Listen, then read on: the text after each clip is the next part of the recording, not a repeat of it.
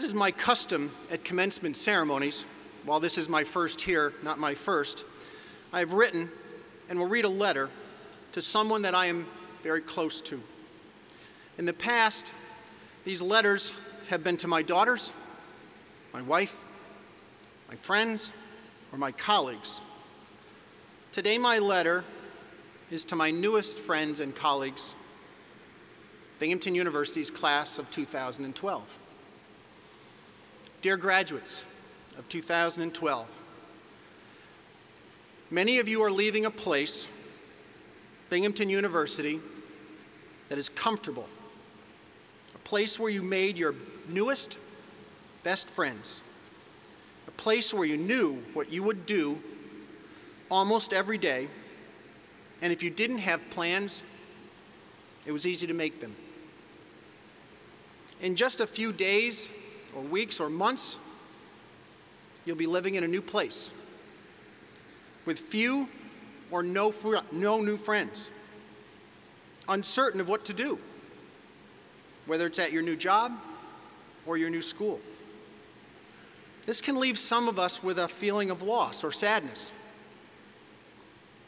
These are difficult emotions to understand, but some of you won't have them, or at least not consciously.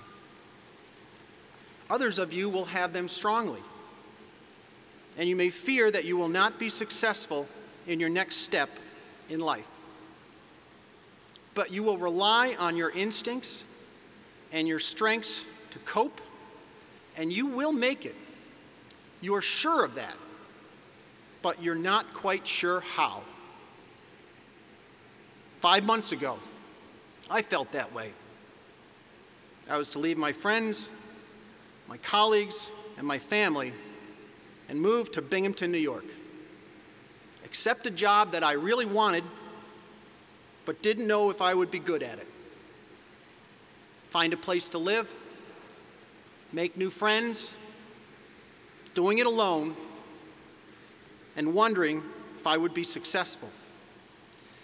As you will do, I tried to rely on my instincts, fight fear and uncertainty with good planning, energy, enthusiasm, and confidence, knowing that I would go to bed each night in a house by myself, a calendar full of events for the next day, wondering, will this work?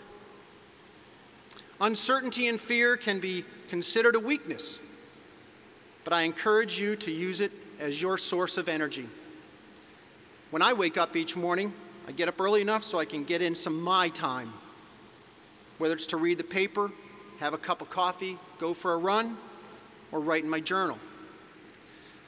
Put on my game face, study the day's agenda, imagine each encounter I will have, their uncertainty and unknown outcomes, and go for it.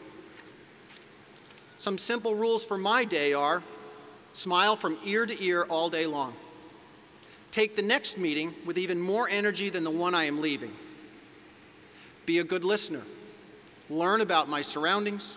Take my time before I make a decision or take a definitive or irreversible action. We, you and I, must also realize that the hardest things we will encounter are unexpected. We may be criticized. We may make a mistake, or we may have to solve a problem that we did not create. We will take those unexpected bumps in the road as ways to learn about ourselves and how we respond to problems and even crises. But every weekend, or at least every other weekend, we need to reconnect with our past, re-engage with our old friends and our families, find time to see them face to face, not just on Facebook. The friends we have left behind will be some of our best friends for life, and that requires an obligation of effort. After 4 or 5 months, we will still feel a little bit lost, a little bit lonely, and a little bit homesick. But we will also feel a sense of achievement that's difficult to imagine right now for you, but it will happen. I know it will happen for you because I know how great this university is and how it has helped prepare you for uncertainty and unknowns.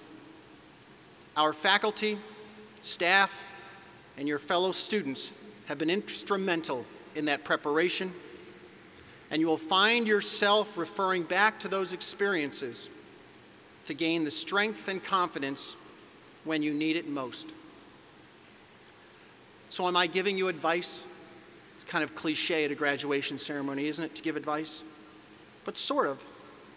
But in a way that I hope is not advice. I've tried giving my daughters advice, and I typically get the loud sigh and the yes, Dad. But I've found that if I tell them a story about how I made a decision, good or bad, and what the consequences were of my decision, then they're more likely to listen.